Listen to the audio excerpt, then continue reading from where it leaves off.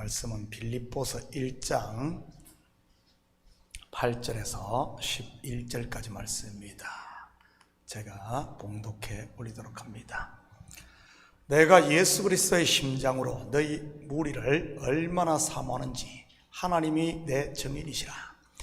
내가 기도하노라 너희 사랑을 지식과 모든 총명으로 점점 더 풍성하게 하사 너희로 지극히 선한 것을 분별하며 또 진실하여 허물 없이 그리스도의 날까지 이르고 예수 그리스도로 말미암아 의의 열매가 가득하여 하나님의 영광과 찬송이 되기를 원하노라. 아멘. 좋은 아침입니다. 사람이 사는 데 있어 마음이 통하는 사람이 있다는 것 참으로 귀한 것 같습니다. 평생에 3명의 친구만 있어도 성공한 사람이라는 말도 있고요. 여러분은 어떻습니까? 정말 마음이 통하는 친구가 있습니까? 마음을 주고 마음을 받는 친구 말이지.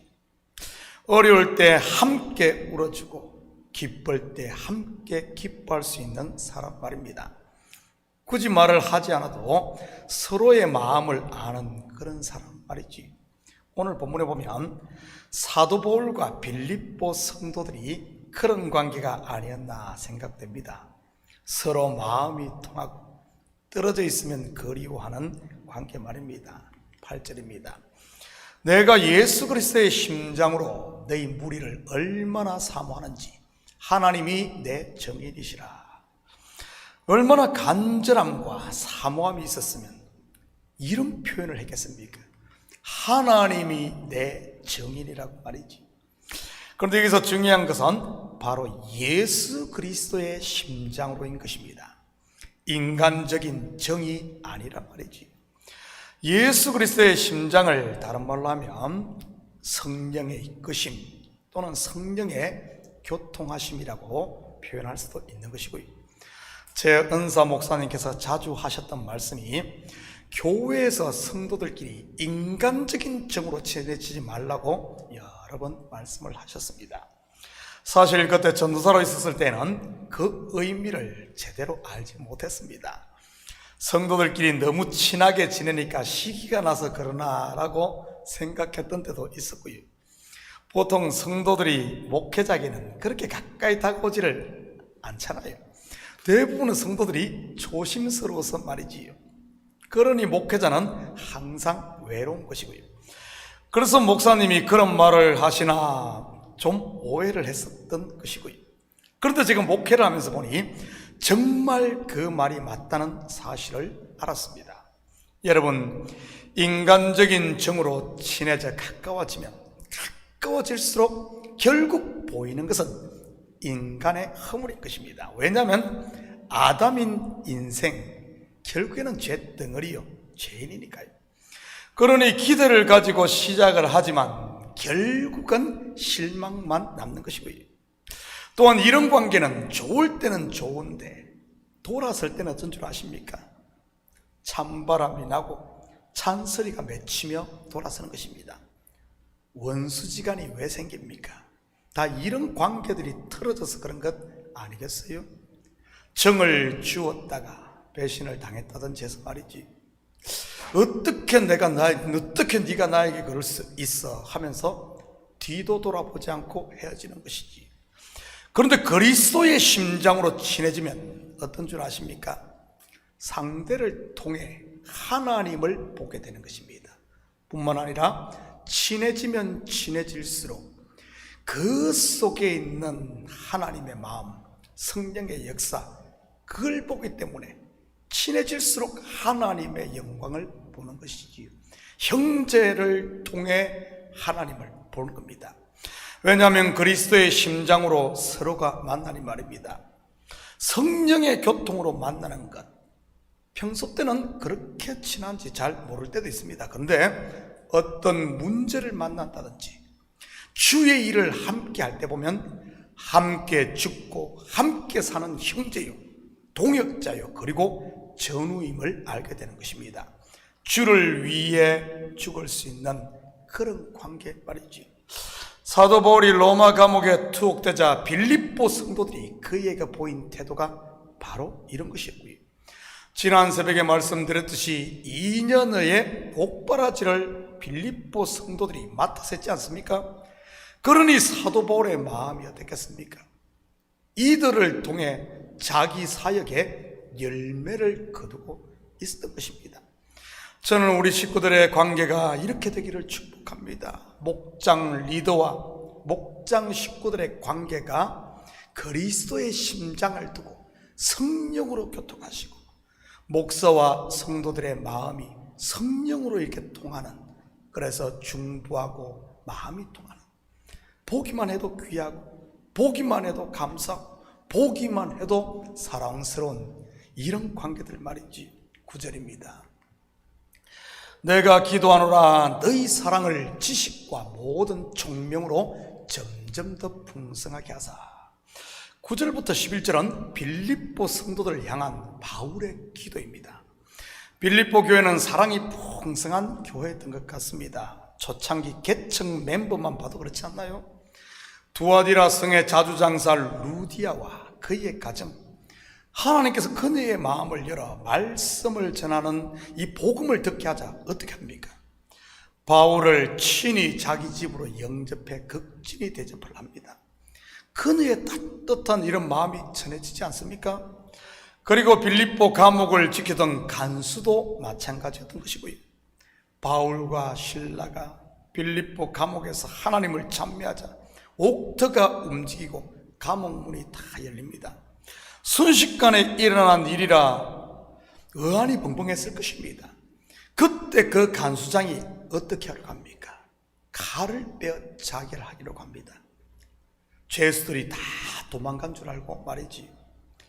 그만큼 자기가 맡은 일에 책임이 강한 이런 사람이었음을 알 수 있고요.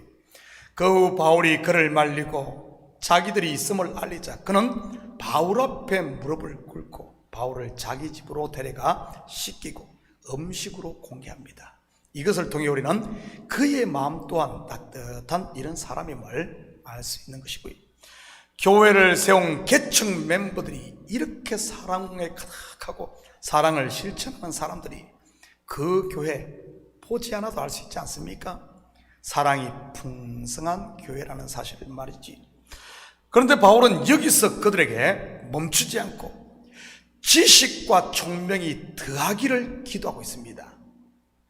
거기서 한 걸음 더 자라가라는 것 아니겠어요?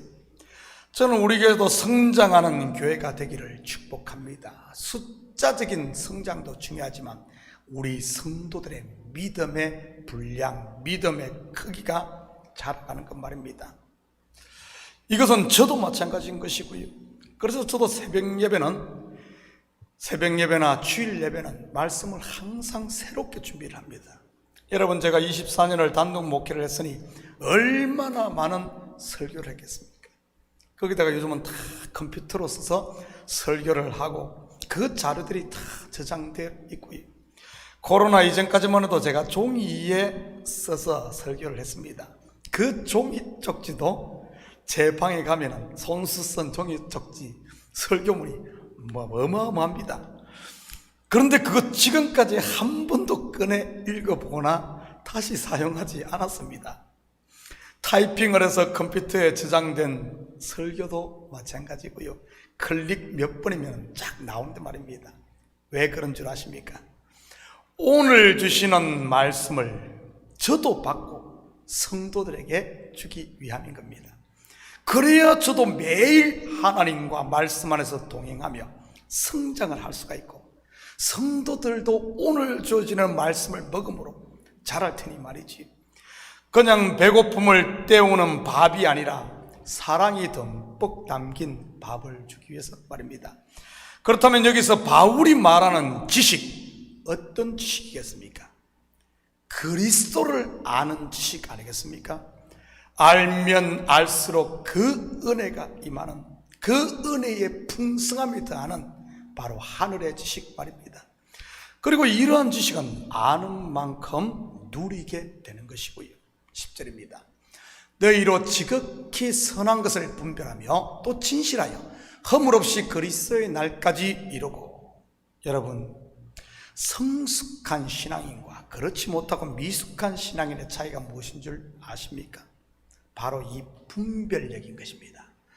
물론 분별력은 지식의 바탕 위에 세워지는 것이고요, 영적 분별력도 있지만 이 또한 지식 곧 말씀이 없으면 자칫 감정이나 다른 것에 미혹될 수 있고요, 그래서 지식이 갖춰지지 않은 상태에서 무엇을 자꾸 봤다는 사람 위험할 수 있는 것입니다.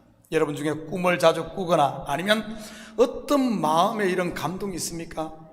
말씀의 기초가 약하다든지 아니면 신앙의 연조가 짧은 불이 나면 말을 쉽게 내뱉지 마시고 마음에 좀 담아둘 수 있기를 축복합니다. 왜냐하면 실수할 수 있으니까요. 마치 늑대 소년처럼 말입니다. 늑대 소년이 자꾸 늑대가 나타났다고 하지 않습니까? 그냥 심심해서 장난으로 말이죠. 그러다가 정말 늑대가 나타나 늑대야 소리쳤지만 어떻게 됩니까?